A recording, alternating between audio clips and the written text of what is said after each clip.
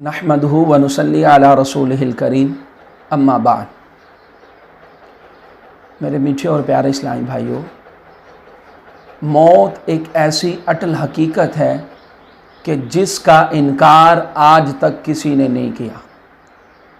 लोगों ने खुदा का इनकार किया, खुदा की नाजिल करदा आसमानी किताबों का इनकार किया। अल्लाह तबारक व तआला ने इंसानों की हिदायत के लिए जिन अंबिया को इस दुनिया में मबऊस किया, लोगों ने उनका इनकार किया, उनको झुटलाया। लोगों ने खुदा के वजूद का इनकार किया। लेकिन मौत एक ऐसी अटल हकीकत है कि जिसका इनकार आज तक किसी ने नहीं किया। हर किसी को ये बात मालूम है कि जब मेरी मौत का वक्त करीब आ जाएगा तो बड़ी से बड़ी साइंसी ईजाद भी मेरी उस मौत के वक्त को टाल नहीं सकती, मेरे उस मौत के वक्त को बदल नहीं सकती। मेरे मीठे और प्यारे इस्लामी भाइयों, मौत जब इंसान की आती है, वाक़े होती है, मलकुल मौत अलैहिस्सलातु वस्सलाम जब उसकी रूह को जिस्म से जुदा करते हैं तो दो कैटेगरी के इंसान हैं, एक ईमान वाले हैं और एक वो हैं जो गुनाहगार हैं, जिन्होंने अल्लाह तबारक व तआला की नाफरमानी में, मासियत में, गुनाहों में उसके अहकामात की हुक्म उदूली करते हुए अपनी ज़िंदगी को गुजारा।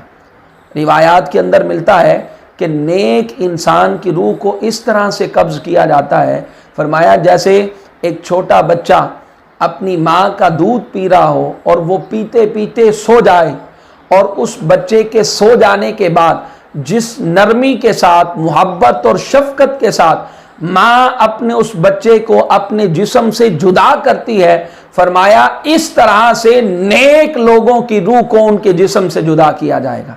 गुनाहगार हैं, जो बदकार हैं, जिन्होंने अल्लाह की नाफरमानी की, उनकी रूह को इस तरह से कब्ज किया जाता है, फरमाया एक कपड़े को किसी खारदार झाड़ी पर फेंक दिया जाए और फिर उसको खींचा जाए और वो कपड़ा उस झाड़ी पर लगे हुए कांटों के साथ अटक अटक कर फटता हुआ जो है वो उससे जुदा होता है।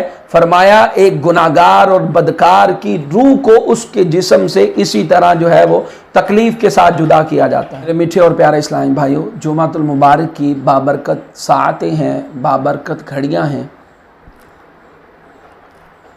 अगर हम चाहते हैं कि हमें मौत की सख्तियों से महफूज कर लिया जाए, हमारी जब रूह हमारे जिस्म से जुदा की जाए तो नरमी और शफकत के साथ जुदा की जाए, तो एक बड़ा प्यारा और ख़ास वजीफ़ा अर्ज़ करने लगा हूँ। इसको तवज्जो और ध्यान से सुनिएगा और इस पर अमल करना शुरू कर दें। इंशाअल्लाह अज़्ज़ा वजल अल्लाह पाक ने चाहा तो मौत की सख्तियों से महफूज रहेंगे। हज़रत सैयदना अहमद बिन साबित मग़रिबी रहमतुल्लाहि ताला अलैह आप फरमाते हैं, एक रोज़ मैं किबला रुख बैठे दुरूद पाक के मज़मून को तरतीब दे रहा था कि अचानक मेरी आंख बंद हो गई, मैं सो गया। मैं क्या देखता हूँ कि हर तरफ वीराना है, कोई घर नहीं, आबादी नहीं, इमारत नहीं। एक जामिया मस्जिद है, सब लोग उसके दरवाजे पर खड़े हैं। आप फरमाते हैं, मैं चलते चलते उस मस्जिद के दरवाजे पर गया, वहाँ से अंदर दाखिल हुआ। सामने एक बड़ा हसीन व जमील खूबसूरत नौजवान एक मजलिस सजाए हुए बैठा था। आप फरमाते हैं, मैं उस मजलिस में जाकर बैठ गया और मैंने जाकर सवाल किया, मैंने अर्ज़ किया कि आप कौन हैं? तो मुझे आगे से जवाब मिला, मेरा नाम रूमान है और मैं खुदाए रहमान के फरिश्तों में से एक फरिश्ता हूँ। हज़रत अहमद बिन साबित मग़रिबी रहमतुल्लाहि ताला अलैह आप फरमाते हैं, मैंने अर्ज़ किया आप इन लोगों में मौजूद क्या कर रहे हैं? तो उन्होंने आगे से जवाब दिया कि ये जितने बैठे हैं ये सारे अल्लाह पाक के फरिश्ते हैं, ये सारे कोई आम इंसान नहीं। मैंने अर्ज़ किया कि कौन कौन सा फरिश्ता यहाँ पर मौजूद है? तो उन्होंने जवाब दिया कि यहाँ पर जिब्राइल अलैहिस्सलाम भी हैं, इज़राइल भी हैं, मीकाईल अलैहिमुस्सलातु वस्सलाम भी हैं। तो आप फरमाते हैं, मैंने अर्ज़ किया कि मैं हज़रत इज़राइल अलैहिस्सलातु वस्सलाम को देखना चाहता हूँ।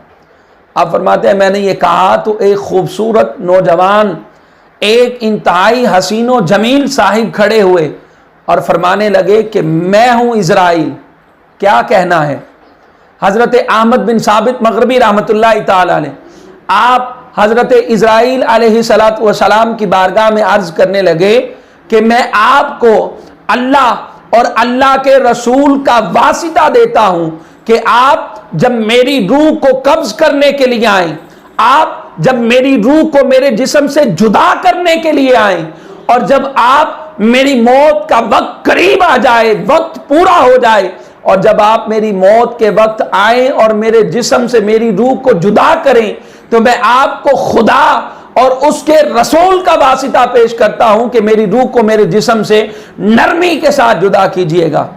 اب جب حضرت احمد بن ثابت مغربی یہ کہہ چکے، آگے سے اسرائیل علیہ السلام نے جواب دیا، آپ فرماتے ہیں اگر تم چاہتے ہو کہ تمہاری روح تمہارے جسم سے نرمی کے ساتھ جدا کی جائے تو فقط ایک کام کرنا ہوگا، وہ کیا کہ وہ یہ ہے کہ مصطفیٰ جان رحمت صلی اللہ تعالی علیہ وآلہ وسلم پر کثرت سے درود پاک پڑھنا ہو۔ میرے میٹھے اور پیارے اسلامی بھائیوں، درود پاک پڑھنے کی بے شمار فضائل و برکات، کہیں پر انسان کی مشکلات دور کی جا رہی ہیں، کہیں پریشانیاں دور کی جا رہی ہیں، کہیں درود پاک پڑھنے والے کی حاجات کو پورا کیا جا رہا ہے، اس کے رزق میں برکت دی جا رہی ہے، تو کہیں درود پاک پڑھنے کی برکت سے موت کی سختیوں سے، اور جس وقت روح انسان کے جسم سے جدا کی جائے گی اس وقت انسان کی روح کو جو ہے وہ نرمی اور شفقت کے ساتھ، درود پاک پڑھنے والے کی روح کو نرمی کے ساتھ اس کے جسم سے جدا کیا جائے گا۔ اللہ تبارک و تعالیٰ کی بارگاہ میں دعا ہے، رب لم یزل ہمیں آقا علیہ السلام کی ذات پر درود و سلام پڑھنے کی توفیق مرحمت فرمائے، آمین بجاہ النبی طہ و